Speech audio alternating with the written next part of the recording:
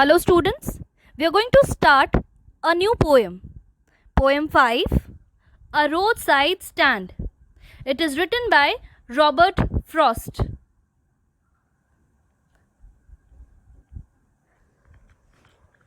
Robert Lee Frost was born in San Francisco, California. Lived a life of contrasts. His father, William Frost, died of tuberculosis when he was just 11, leaving a paltry $8 with the family. His mother died in 1900 of cancer.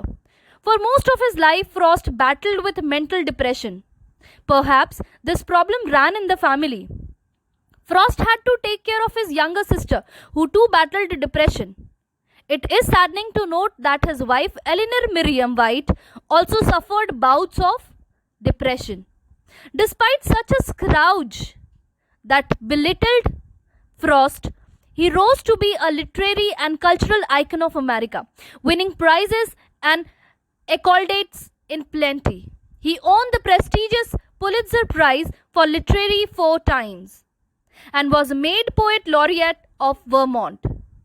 He also won the American Academy of Art and Letters Gold Medal.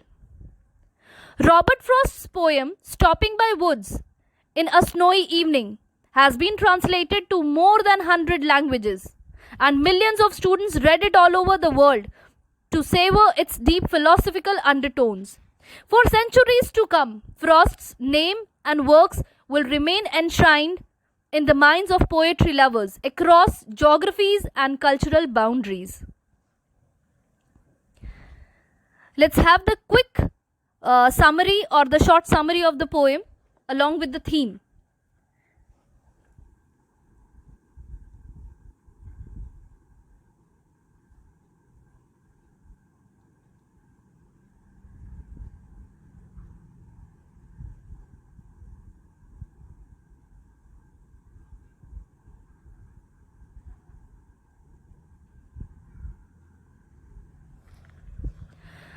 The poem A Roadside Stand is a poet's plea for consideration for the simple people of countryside whose lives have shown no progress. He expresses his pain at their sadness and sorrow and seeks support and relief for them. He hopes someone would work unselfishly for their rehabilitation and not exploit them. He brings out the wide disparity between the haves and have-nots with pitiless clarity and humanity, and seems to suggest that economic well-being of a country depends on the balanced development of villages and cities. A Roadside Stand portrays the poor country people whose earnest desire is to rise above the wretchedness. They attempt to do this by putting up roadside stands and by trying to sell whatever they can improve their lives. But the city people just speed by their cars and do not even notice them. And when they do, it is with the irritation at their having spoiled the natural landscape with their baldly written signs. Frost very aptly portrays the country people's anger at the selfishness of city dwellers, for all they want is to attain the standard that they have seen promised to them in movies, but which they feel is being denied to them by present government. They do not want charity, and the poet makes it very clear that donors are actually running their lives by calling these so-called benevolent people greedy and beasts of prey. They move them to countryside to live near theatres and shops and encourage them to live idle lives, which will take away their peace and wits. The poet feels pain on seeing the country people's intense longing for a better life and their sadness at the non-fulfillment of their dreams, when not even one car stops to inquire about the good they are selling. The city dwellers are projected as being involved in their own lives with no thought for anyone else. The poem shows the heartlessness of the city dwellers through the poet's insane desire to put an end to the country people so that there would be relief from their complaints about the lack of upliftment of their lives. The poem ends with the poet's remorse at these feelings, which they realizes how he would feel if someone were try to end his pain in the same way. Let's go through the poem in detail. The little old house was out with a little new shade. In front, at the edge of a road where the traffic sped, a roadside stand that too pathetically spread. It would not be fair to say for a dole of bread, but for sum of money, the cash which flow supports the flower of cities from sinking and withering faints. These are the first 6 lines till here. Let's see what these lines are telling us. Someone from the village folk had a shack beside a highway that ran to a city nearby. The man extended his shack to the front to open a makeshift counter to sell his farm items like berries or its squash. It was a small venture to make some little money to meet his needs. Caravans passed along with the highway, but few stopped to buy anything from him. In fact, no one is evinced any interest in his items, even avoiding to cast a glance towards it. Even a minuscule fraction of the money the city dwellers were awash with eluded the shack owner. He vainly looked at the passers-by with eyes seeking attention. His rudimentary counter didn't marry any traveler's curiosity. Let's proceed further.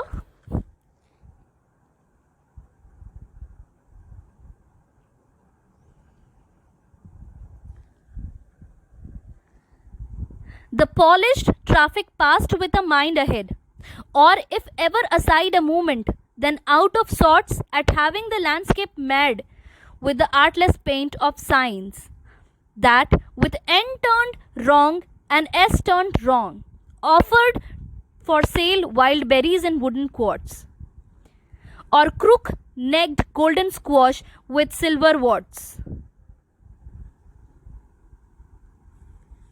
You have the money, but if you want to be mean, why keep your money this crossly and go along? No doubt the travelers belong to the well-to-do class. The glitz and glamour they are used to was singularly lacking in the wayside counter.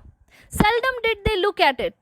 If ever they did, it was more to express disgust at the poorly painted and poorly displayed north-south direction board.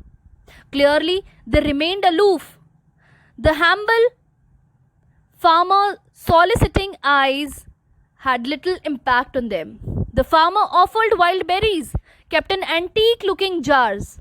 The freshly extracted juice kept in not-so-enticing containers. The city folks passing past the humble counter looked joyfully at the rocks and mountains that stood in the backdrop, but felt it below their status to stop over to buy such fresh produce from the lowly grower's farm.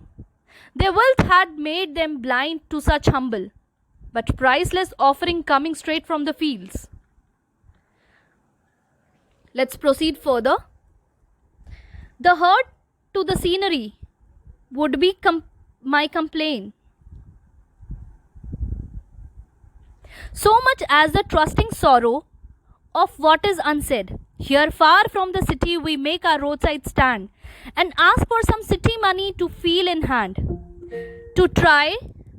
Here's your reminder. Here far from the city we make our roadside stand and ask for some city money to feel in hand. To try it will not make our being expand.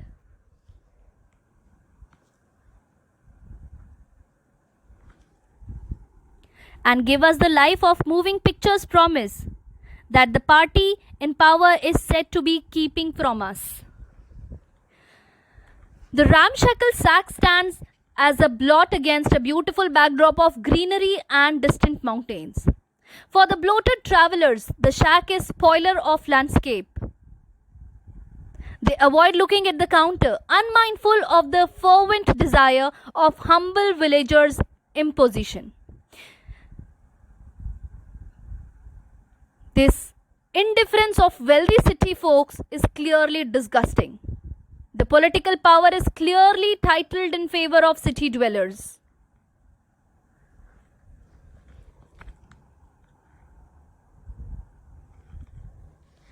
It is in the news that all these pitiful kin are to be bought out and mercifully gathered in to live in villages next to the theatre and the store, where they won't have to think of themselves anymore, while greedy good doers, beneficent beasts of prey, swarm over their lives enforcing benefits that are calculated to soothe them out of their wits.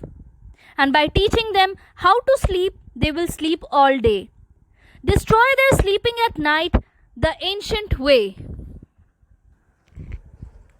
A new relocation plan for these poor villagers is in falling. In the pretense of giving them the comfort of urban life, these simple folks will be forcefully uprooted from their land and made to live inside the urban limits. Besides the theatre and malls, no one bothers to take their consent, nor to study how disoriented the village folks will feel in the new habitats. By sweat taking and gullible rural folks, the land sharks will fleece them on their ancestral lands and condemn them to live in the urban centers. Such trickery will never be called out for any account, and the villagers will painfully struggle to adjust to new ways of earning in living. Undoubtedly, the change will bring them misery.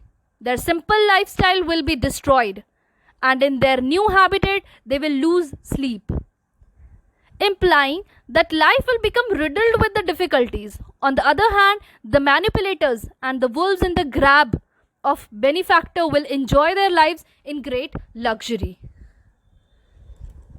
Let's move on further.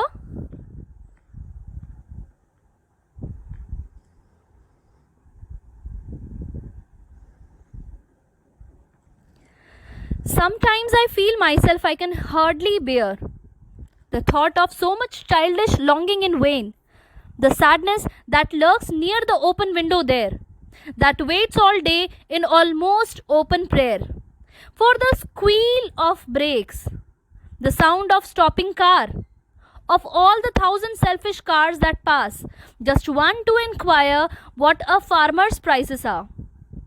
And one did stop, but only to plow up grass, in using the yard to back turn around. The another to ask the way to where it was bound, and another to ask could they sell it gallon of gas. They couldn't, this crossly. They had none, didn't it see? The poet feel distraught. He knows he is expecting something that his cruel world can't deliver. This resignation makes him angry and sad. The humble farmer looks on expectantly at each and every passer. However, his waits remain futile. The passengers in the car seldom bother to stop near the sack. Buying anything from such a poorly exhibited stall is below their dignity. The humble farmer looks on vainly hoping that he could sell something at least to carry home a little cash. At rare intervals, cars do stop, but it is either for asking some direction to the city, or taking a turn in the backyard, or for filling gas. The farmer's heart breaks with such visits, which are few and far between, do not result in any tiny business for him. The attitude of wealthy folks leaves the poet exasperated.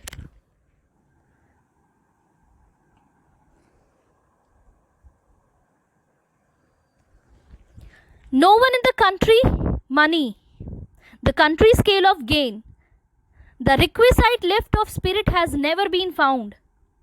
Or so the voice of country seems to complain. I can't help owning the great relief it would be to put these people at one stroke out of their pain. And then next day, as I come back into sane, I wonder how should I like you to come to me and offer to put me gently out of my pain.